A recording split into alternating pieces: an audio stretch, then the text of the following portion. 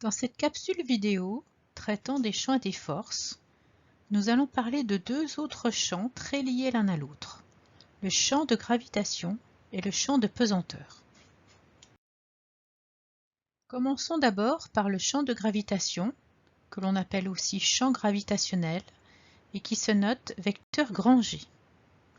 La source du champ de gravitation est un objet de masse importante, comme une planète ou une étoile. Pour détecter le champ gravitationnel créé par l'objet A de masse grand M, il faut utiliser un objet B de masse petit m qui va subir une force F due à la présence de ce champ. L'intensité de cette force F est donnée par l'expression F égale grand G multiplié par grand M fois petit m divisé par d au carré. Avec F, la force de gravitation en newton, G, la constante de gravitation, grand M, la masse de l'objet A, à l'origine du champ de gravitation, petit m, la masse de l'objet B qui subit le champ de gravitation, et d, la distance entre le centre de l'objet A et le centre de l'objet B. On définit alors le champ de gravitation vecteur grand G par le vecteur force F divisé par la masse de l'objet B, objet qui subit cette force.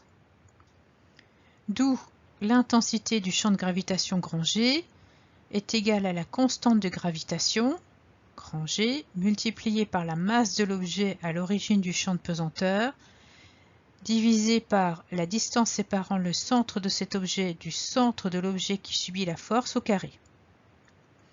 Vous remarquerez que la valeur du champ de gravitation, vecteur grand G, comme tous les autres champs, ne dépend pas des caractéristiques de l'objet test, objet qui subit la force. Passons maintenant au champ de pesanteur petit g. Au voisinage de la Terre, tout objet subit de la part de la Terre une force appelée poids est noté vecteur P. À proximité de la Terre, tout objet permet de détecter, à l'endroit où il se trouve et grâce au poids qu'il subit, un champ appelé champ de pesanteur noté vecteur petit g.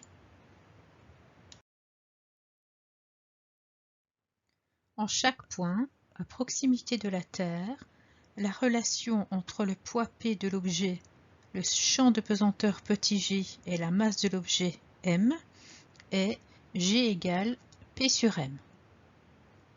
G s'appelle l'intensité du champ de pesanteur, ou plus simplement intensité de la pesanteur, et s'exprime en newton par kilogramme.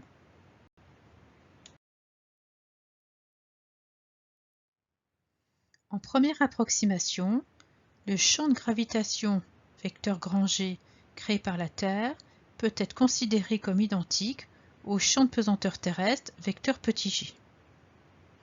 Pour faire la différence entre ces deux champs, ce qui ne sera pas le cas en première, il faudrait tenir compte de la rotation de la Terre sur elle-même et de l'attraction gravitationnelle exercée par la Lune sur la Terre. On peut donc écrire que le vecteur champ de gravitation vecteur grand G est égal au vecteur champ de pesanteur vecteur petit g.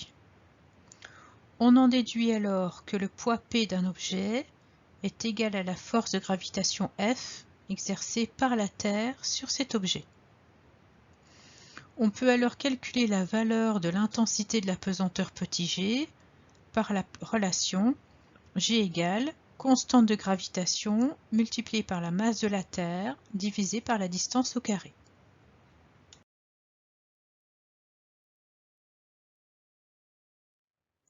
Grâce à cela, il est possible de calculer la valeur de l'intensité du champ de pesanteur n'importe où sur Terre ou à proximité de la Terre. Considérons par exemple un avion en vol autour de la Terre. Cet avion est soumis au champ de pesanteur vecteur petit g de la Terre, dont l'intensité peut se calculer grâce à cette expression, avec d qui dans ce cas est égal à la distance qui sépare le centre de la Terre du centre de l'avion, soit d égale rt plus h.